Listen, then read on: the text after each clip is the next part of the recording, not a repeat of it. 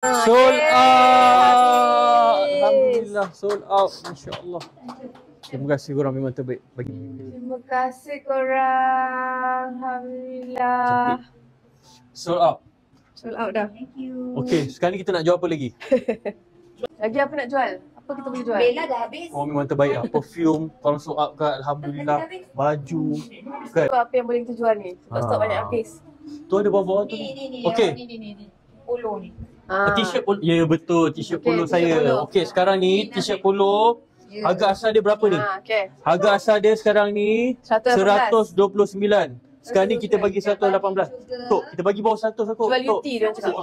Ha? Kita bagi 99. Okey, tukar harga. Dalam masa 5 minit. Okey, t-shirt polo ni sekarang. Lagi tu ada Kita warna tukar apa? jap. Jangan beli lagi. Polo ni Sekarang dah ni- 2 kali ni. Okey, dua warna. Habiskan dulu dua warna ni. Black. Okey. Amber. Okey jap, tim kita tukar Jual apa harga cepat jap. sangat ni? Bawah 100.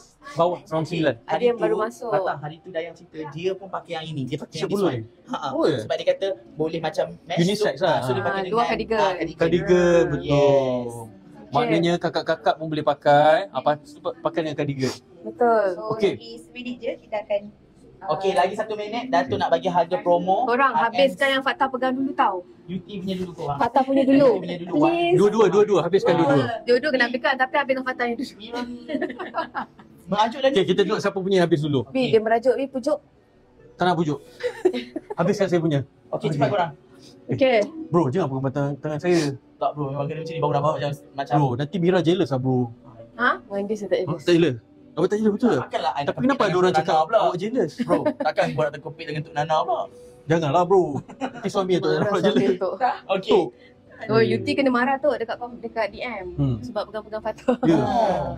Ayu. Makcik tu marah Yuti. Lepas tu Arif cakap makcik macam ni. Salah makcik, better macam tidur sebab dah pukul 2 pagi. Lepas tu dia cakap, minta maaf, memang makcik pun macam ni. So, Tak apalah, makcik asyik makcik tu. melihat ni. Cik tu salah faham. Makcik salah faham.